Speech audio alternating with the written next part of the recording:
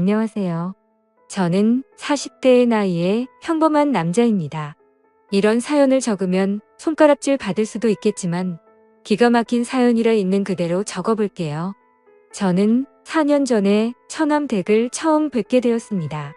그리고 사실 처남댁과 저와는 1년 넘게 몰래 만남을 가져오고 있네요. 일단 과거 이야기부터 시작하겠습니다. 처남은 결혼할 여자라며 우리 집에 아가씨를 한 명 데리고 왔었습니다. 그때 처남이 데려온 여자친구를 보고 아내의 눈빛이 불안하게 떨리는 것을 캐치하게 되었었죠. 처남도 그런 누나의 눈빛을 읽었는지 모르겠습니다. 저는 아내가 입양하라는 사실을 알고 있었습니다. 장모님은 결혼한 지 10년이 지나도 아이가 생기지 않자 제 아내를 입양했었고 그로부터 3년 뒤에 임신을 하게 되어 처남을 낳았다고 합니다. 어릴 적부터 둘의 사이는 누구보다 끈끈했다고 하더라고요. 아무튼 아내가 정성껏 차린 식사를 함께하면서 처남 댁이 될 여자를 조용히 바라봤습니다. 다소곳하게 다리를 모으고 앉아서 얌전하게 식사를 하는 처남 댁은 너무 순진해 보이고 예뻐 보였습니다.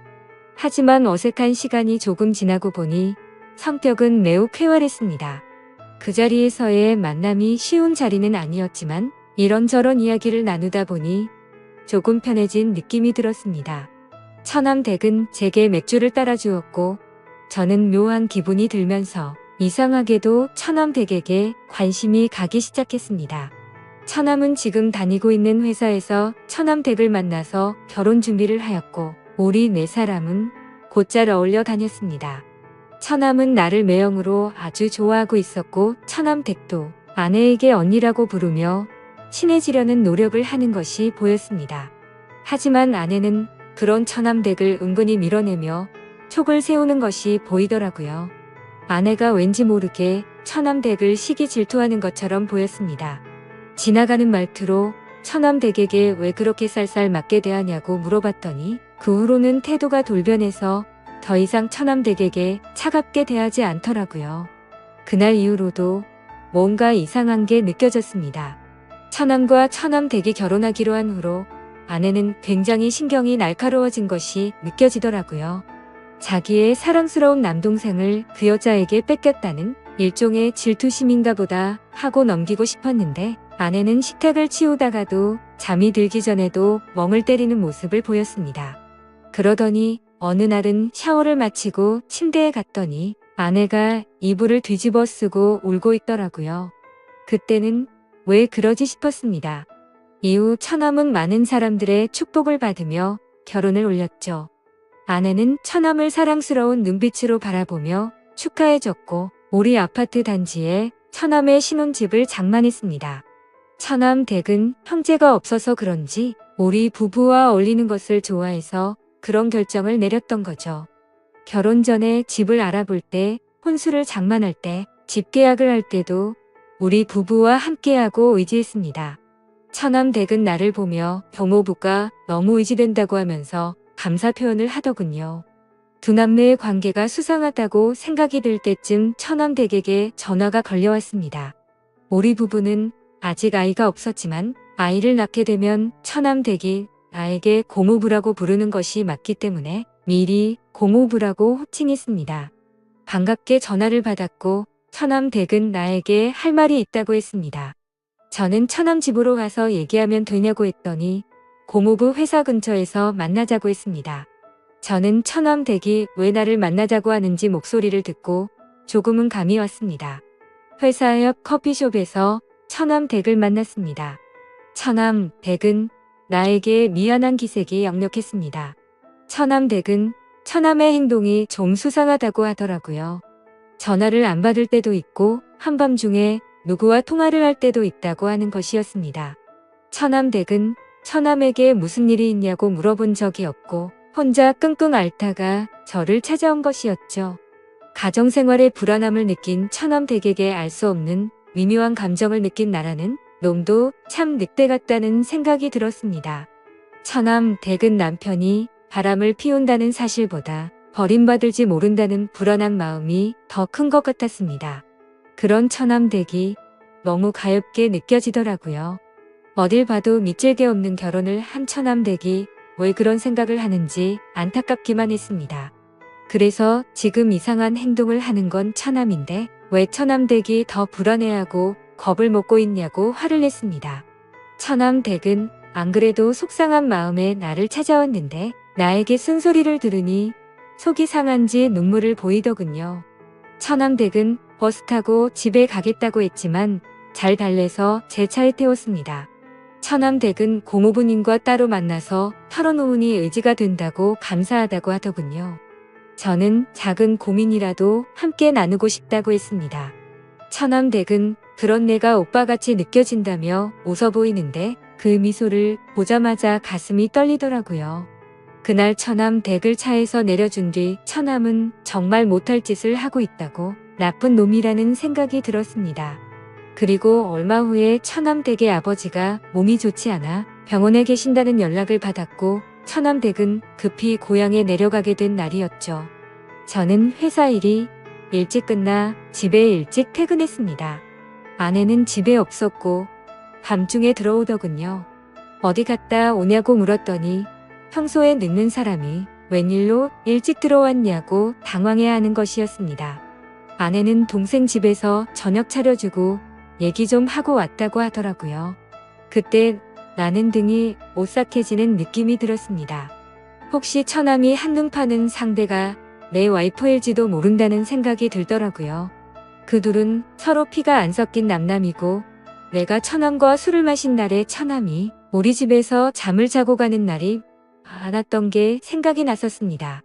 아내가 처남을 애타게 찾는 날도 있었고 처남이 집에 안 간다고 버틴 날도 있었던 것이 떠올랐어요.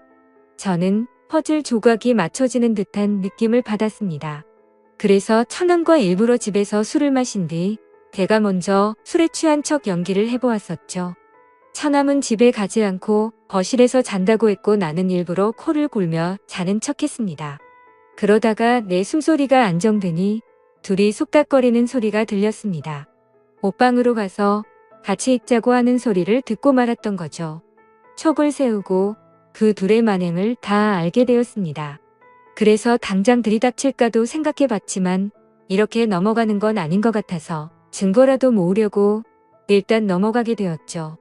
다음날 처남댁의 아버지는 병원에서 투병하시다가 돌아가셨다는 소식을 듣고 와이프와 함께 조문을 갔습니다. 처남댁은 얼굴이 퉁퉁 부어있더라고요. 너무 많이 울어서 정신을 못 차려서 우리가 좀 쉬라고 했지만 고집을 꺾지 않았습니다. 처남댁의 그런 모습이 너무 안쓰러웠지만 처남댁을 꼭 껴안고 위로해 주지 못해 안타까운 마음이 들더라고요.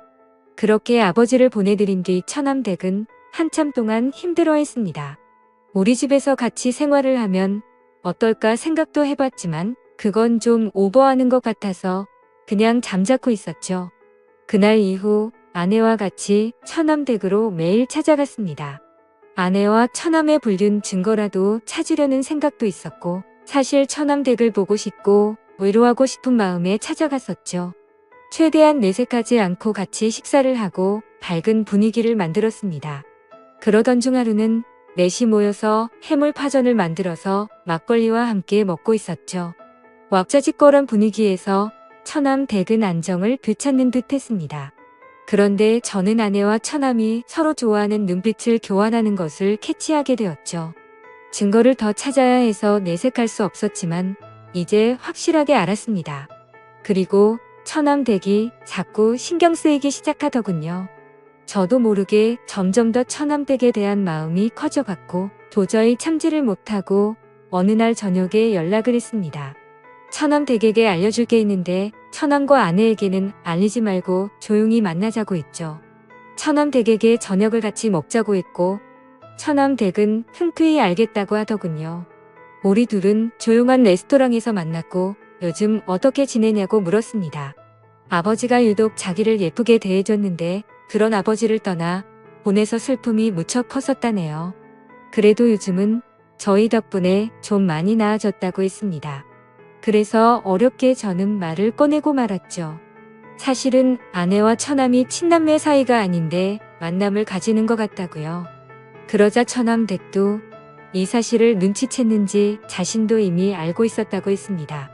그런데 자신도 증거물을 찾기 위해서 역겨운 생활을 이어가고 있다고 하더라고요. 그래서 처남댁과 저는 같은 상황에 처했는데 우리라도 서로에게 힘이 되자고 말했고, 살면서 어려운 일 있으면 언제든 얘기하라고 했죠. 그렇게 저희는 이야기를 더 이어갔고 와인을 마시기 시작했습니다. 그런데 처남댁이 술에 취해서 그런지 눈물이 글썽거리더라고요. 그래서 저는 얼른 옆자리로 자리를 옮겼고 그녀를 토닥여 주면서 위로해 주었습니다. 그 순간 기분이 묘해졌고 저도 모르게 그녀에게 제 마음을 솔직하게 말을 했죠. 사실 처음 보는 순간부터 좋아했다고 고백을 했고, 처남댁과 또 데이트하고 싶어요 라고 말을 했습니다. 처남댁은 우리 이러면 안 되는 거 아니냐고 저를 밀어내더군요. 그래서 저는 처남댁의 눈을 똑바로 보면서 나를 의지하고 있지 않냐고 물었습니다. 그제서야 처남댁은 흐느껴 울면서 나에게 기대더군요. 저는 그런 처남댁을 안아주었고 우리는 서로의 사랑을 확인하고 연인이 되었습니다. 그리고 저희의 만남은 비밀로 하자고 했고 서로가 저 남매란 가면을 쓴 더러운 인간들 증거를 모아서 이혼을 하자고 했네요. 그리고 모든 상황이 정리되면 처남댁에게 결혼을 하자고 약속했습니다. 살다 보니 참 별일이 다 있는 듯 하지만 아무렴 어떤가요?